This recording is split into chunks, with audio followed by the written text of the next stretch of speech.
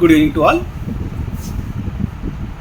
ఈరోజు మొదటి క్లాస్గా డిఎస్సి సోషల్ స్టడీస్ సిలబస్లో ఎకనామిక్స్ పార్ట్లో ఉన్నటువంటి first year economics 10 chapters, second year economics 10 chapters, total 20 చాప్టర్స్లో మొదటగా first year economics first chapter introduction to economics start చేద్దాము.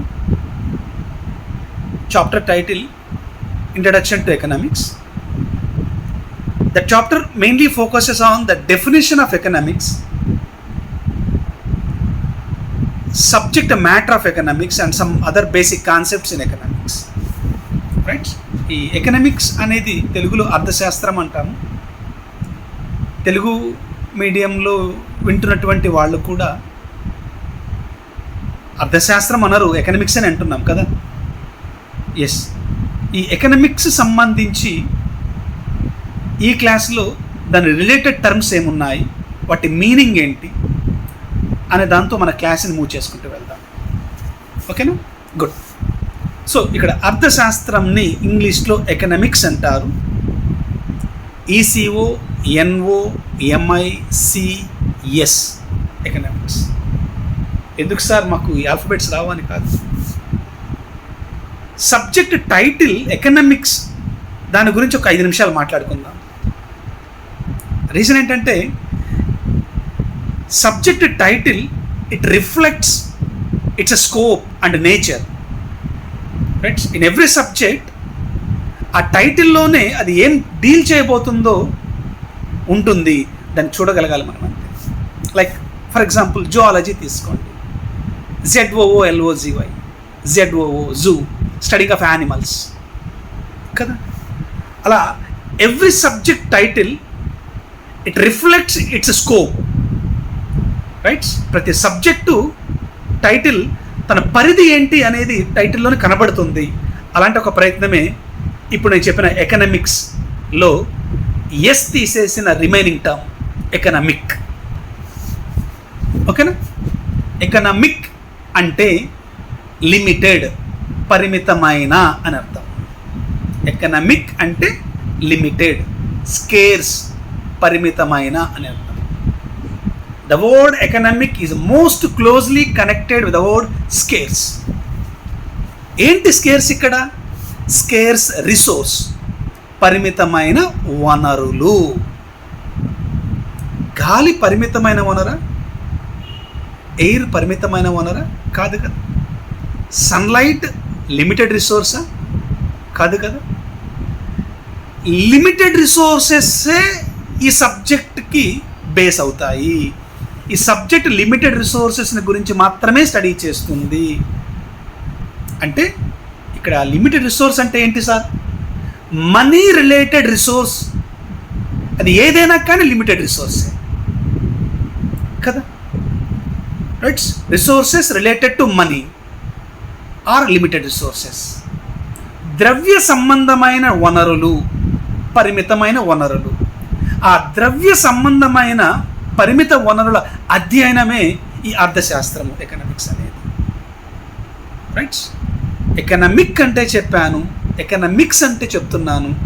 It is the subject studies about how to use that scares resources in the most efficient manner.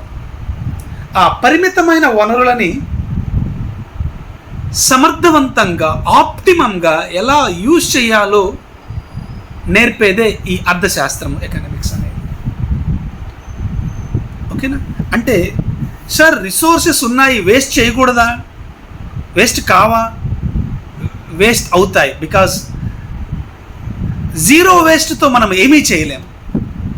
For example, ఒక house construct చేయడానికి మనం ఒక ఇటుక రాయి కూడా బ్రేక్ చేయకుండా possible అవుతుందా?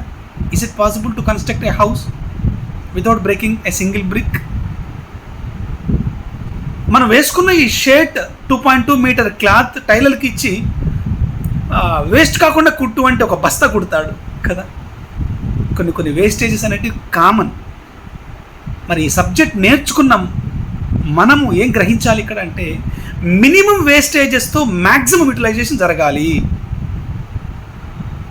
ఓకేనా, right. So that once again I am repeating that this economic studies about how to use the limited resources in the most efficient manner. పరిమితమైన వనరులని సమర్థవంతంగా గరిష్ట ప్రయోజనాల కోసం ఎలా వాడాలో నేర్పుతాం. ఓకేనా, క్లియర్. ఎకనామిక్ అంటే చెప్పాను, ఎకనామిక్స్ అంటే చెప్పాను, ఎకనామిక్ రిసోర్స్ ఏమయ్యో చెప్పాను.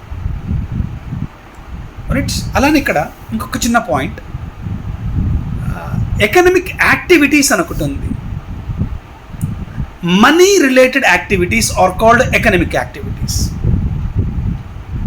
ద్రవ్య సంబంధమైనటువంటి కార్యకలాపాలని ఎకనామిక్ యాక్టివిటీస్ అంటాము. ఆర్థిక కార్యకలాపాలు అంటాం తెలుగులో. ద్రవ్య సంబంధమైన కార్యకలాపాలని ఆర్థిక కార్యకలాపాలు అంటాం. Those activities related to money are called economic activities. Activities not associated with money are non economic activities. ద్రవ్య సంబంధం కాని అంశాలని, కార్యకలాపాలని ఆర్థికేతర కార్యకలాపాలు అంటారు. అంటే నువ్వు చేసేటువంటి ఒక వర్క్ ఆబ్జెక్ట్ మనీ కోసం అయితే, మనీని ఎక్స్పెక్ట్ చేస్తూ అయితే, అది ద్రవ్య సంబంధమైన కార్యకలాపం. This is an economic activity. ఓకేనా, నువ్వు చేసేటువంటి ఒక వర్క్ ఆబ్జెక్ట్ మనీని ఎక్స్పెక్ట్ చేస్తూ కాకుండా సర్వీస్ మోటివ్తో, వెల్ఫేర్ మోటివ్తో చేస్తుంటే అది నాన్ ఎకనామిక్ యాక్టివిటీ అవుతుంది, ద్రవ్యేతర కార్యకలాపం అవుతుంది.